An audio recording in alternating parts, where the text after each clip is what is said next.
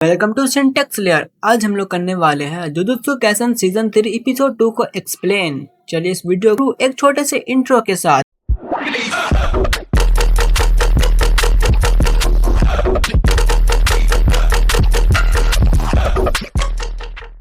तो पिछले एपिसोड में हम लोगों ने देखा था कि यूटा यूजी के सीने में अपना तलवार को घुसा दिया था। इस चीज का एहसास सकुना को भी हो जाता है। हम लोग दूसरी तरफ देखते हैं कि चोजो और नोया एक दूसरे से लड़ रहे थे। जो नोया था वो चोजो को बहुत बुरी तरह से पीट रहा था क्योंकि चोजो को नोया की कर्ष टेक्निक के बारे में कुछ नहीं मालूम था और न ही नोया कुछ बात कर रहा था। इतनी मार खाने के बाद भी चोजो बार बार खड़ा हो जा रहा था। तो नोया इरिटेट होकर पूछ लेता है, तुम इतने ढीठ क्यों हो, आखिर तुम हो क्या? जिसमें चोजो बोलता है कि मेरे 10 भाई है और जिसमें सबसे बड़ा मैं ही हूँ। फिर नोया कहता है कि ये तो कोई जवाब नहीं हुआ, मैं तो तुम्हारे पागलपन और इस कर्ष टेक्निक के बारे में पूछ रहा हूँ। फिर चोजो अपने फ्लोइंग रेड स्किल टेक्निक का यूज करके अपने आंखों के विजन को स्ट्रॉन्ग करता है ताकि वो नोया के स्पीड वार को देख सके। नोया फिर उस पर अटैक करने को जाता है, लेकिन इस बार चोजो ने उसके स्पीड को मैच कर ही लिया था, लेकिन नोया उसके पेट पर चाकू से हमला कर देता है जिससे चोजो का खून निकलने लगता है। फिर नोया हंसते हुए कहता है, तुम फ्लोइंग रेड स्किल का यूज कर रहे हो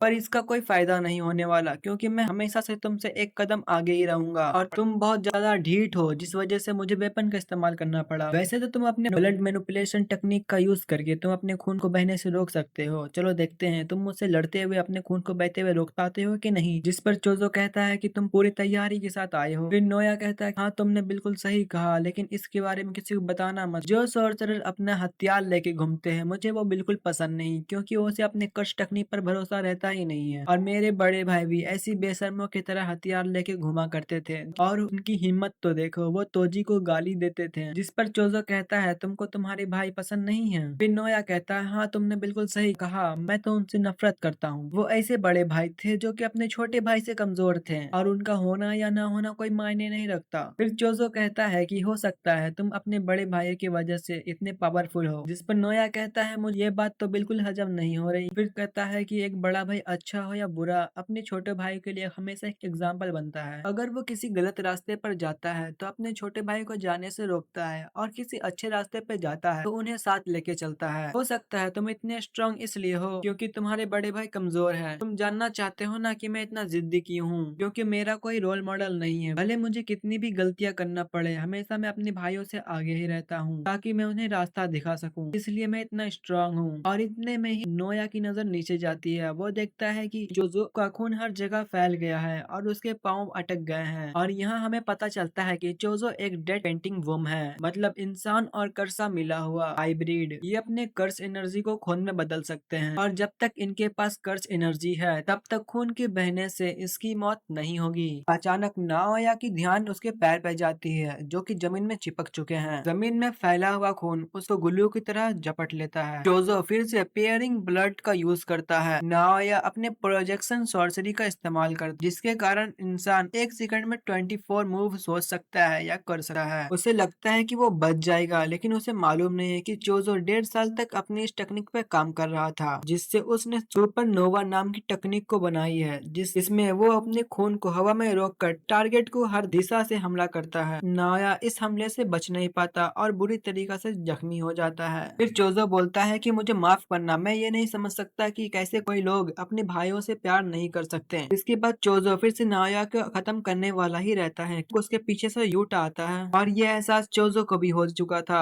यूटा उसके मुंह पे आके एक मुक्का मारता है और दूर फेंका जाता है। हम लोग देखते हैं कि यूटा के हाथ में यूजी का डेड बॉडी रहता है और इधर हम देखते हैं कि नोया की हालत भी अच्छी खासा खराब हो चुकी थी और उसके मुंह से खून निकलने लगता है। और वो पूछता है, आखिरकार ये क्या है? ये कोई एक पॉइजन है? ब्लड मैनिपुलेशन टेक्निक ये लोग भी कर सकते हैं? क्योंकि मुझे नहीं लगता कि ये उसकी कर्स टेक्निक है। जितना उसके पास ब्लड था उससे ये भी नहीं लग रहा कि वो ह्यूमन है। तो इसका मतलब ये है कि वो एक वेसल बॉडी है और मेरी बॉडी नॉन ह्यूमन ब्लड को रिजेक्ट कर रही है। फिर यूटा नोया के पास आके बोलता है कि मैं तुम्हें ठीक कर सकता हूँ, मेरी रिवर्स कर्स टेक्निक दूसरे को हील कर सकती है, लेकिन मेरी एक शर्त है, तुम्हें हायर्स अप को जाके बताना होगा कि मैंने यूजी इतादोरी को मार दिया है। नोया अपनी जान बचाने के लिए इस शर्त को मान लेता है। फिर हम लोग को छोटा सा फ्लैशबैक दिखाया जाता है। यूजी कभी मेमोरी का। जब वो छोटा था तब उसके ग्रैंडफादर वासुके जिन को चेतावनी दे रहे थे, तुम अपनी लाइफ जैसे भी जियो लेकिन उस औरत से दूर रहो वरना तुम मारे जाओगे। यहाँ पर यूजी के दादाजी अपनी बहू के बारे में बात कर रहे थे। मैं जानता हूँ तुम्हें एक बच्चा चाहिए था लेकिन काओरी की मौत से पहले ही। तभी वहाँ पर यूजी इतादोरी की मॉम आती है जिसके सर के ऊपर ठीक वैसा ही निशान था जैसा गोतो के टाके का निशान। इससे ये कंफर्म होता है कि यूजी के माँ के बॉडी के ऊपर भी केंजाकू ने कब्जा किया हुआ था। तभी देखते हैं कि यूजी का आँख खुलता है। फिर हम लोग देखते हैं कि अचानक से यूजी को होश आ जाता है और इधर यूटा यूजी को देख के बहुत ज्यादा खुश हो रहा था। इसको देख के यूजी कंफ्यूजन में था कि आखिर चल क्या रहा है यहाँ पास और आखिर मैं जिंदा कैसे हूँ। फिर यूटा यूजी को बताता है कि कुछ समय पहले गोजो मेरे पास आया था और मुझसे गोजो ने तुम्हारा ध्यान रखने को कहा है। फिर हमें पास्ट का सीन दिखाया जाता है जहाँ पे गोजो यूटा को कह रहा होता है कि मेरा एक नालायक स्टूडेंट है, क्या तुम मेरे जाने के बाद या मुझे कुछ हो जाता है उसके बाद तुम उसका ध्यान रख सकते हो। फिर यूटा को यहाँ पास कुछ समझ नहीं आता है और वो पूछता है आखिर तुम ये सब क्या कह रहे हो, मुझे तो ये समझ नहीं आ रहा तुम्हें हो क्या रहा है, मैं तो ये सोच भी नहीं सकता कि आपको कुछ हो भी सकता है। फिर गोजो बोलता है खासकर यूजी का ध्यान रखना क्योंकि उसे तुम्हारी तरह एग्जीक्यूट करने की कोशिश की गई है। और हम प्रेजेंट में देखते हैं कि यूटा यूजी को बताता है कि गोजो सेंसर ने मुझे तुम्हारे ध्यान रखने को कहा था इसलिए मैंने ये सब नाटक रखा। अगर मैं ऐसा नहीं करता तो हाई रैंक किसी और को तुमको मारने के लिए भेज देते हैं या फिर तुम्हारी इन्फॉर्मेशन को छुपा देते हैं। और वो लोग इतने बेवकूफ नहीं है कि मेरे बस बोलने से वो लोग यकीन कर लेंगे, इसलिए मुझे पूरा नाटक करना पड़ा था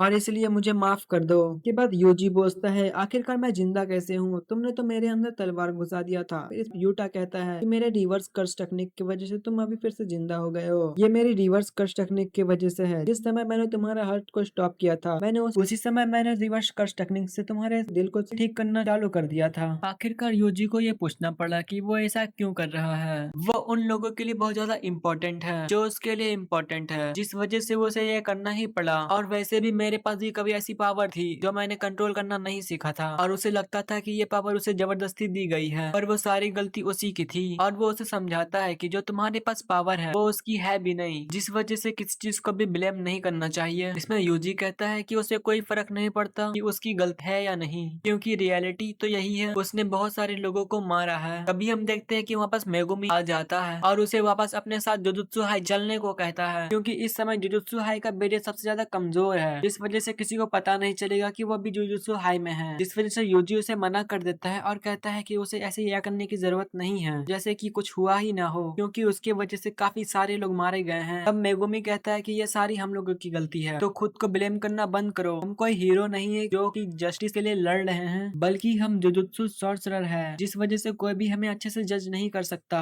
और हमें अपनी एग्जिस्टेंस साबित करने के लिए लोगों को बचाना ही होगा और मुझे तुम्हारी मदद चाहिए। मेगुमी फिर खुल के कहता है केंजाकू ने कलिंग गेम शुरू कर दिया है, ये सॉर्सरर के बीच एक बेटर रॉयल है और वो बताता है कि मेरी बहन को भी जबरदस्ती शामिल कर दिया गया है। फिर इसके बाद हमें कलिंग गेम के 8 रोल के बारे में बताया जाता है। टेक्निक के अवेकनिंग के बाद प्लेयर को 19 अंदर किसी कॉलोनी के अंदर किसी गेम को ज्वाइन करना होगा। नियम को तोड़ने पर कर्स टेक्निक को रिमूव कर दी जाएगी, मतलब उसकी मौत हो जाएगी और जो बैरियर में घुसेगा वो प्लेयर बन जाएगा और दूसरे को मारने पर पॉइंट मिलेंगे और 100 पॉइंट होने पर एक कोई नया नियम जोड़ सकता है। फिर यूजी मान जाता है ठीक है मैं चलूंगा, लेकिन यूजी यूटा से वादा लेता है कि सकुना के 15 फिंगर मेरे अंदर है, अगर मैं फिर से सकुना में बदला तो मुझे मार देना। फिर यूटा बोलता है चलो ठीक है। मेगुमी बताता है कि सबसे पहले हमें मास्टर टेंगिन से मिलना होगा ताकि पता चल सके गोजो सेंसे को कैसे आजाद करना है और कंजाकू का असली प्लान क्या है। जी मेगुमी से पूछता है आखिरकार उसे क्या करना चाहिए। फिर मेगुमी कहता है सबसे पहले तो हमें जुजुत्सु हाई जाना होगा और लॉर्ड टेंगिन के साथ कांटेक्ट करना होगा ताकि हम उसे पूछ सके गोजो सेंसे को कैसे आजाद करना है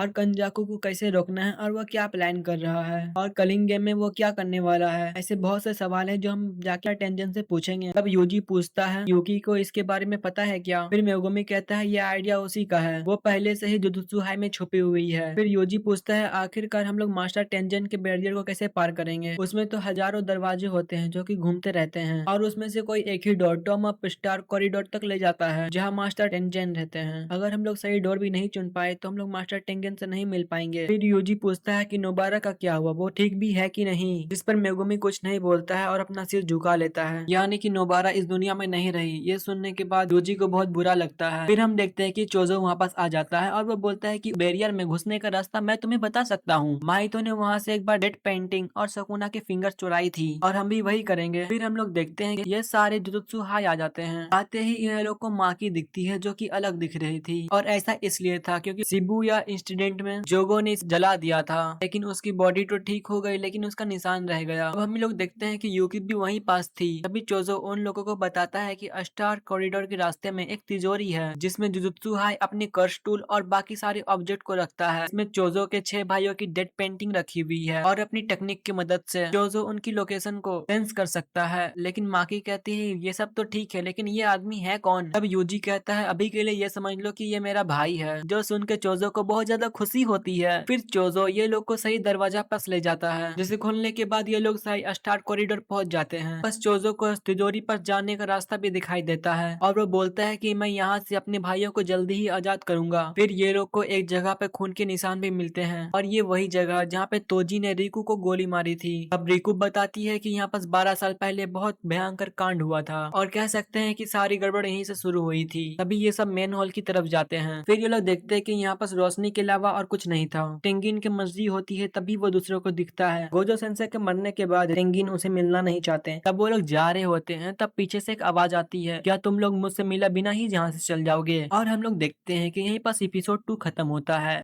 तो मिलते हैं अगले एपिसोड में, तब तक के लिए बाय बाय सायोनारा।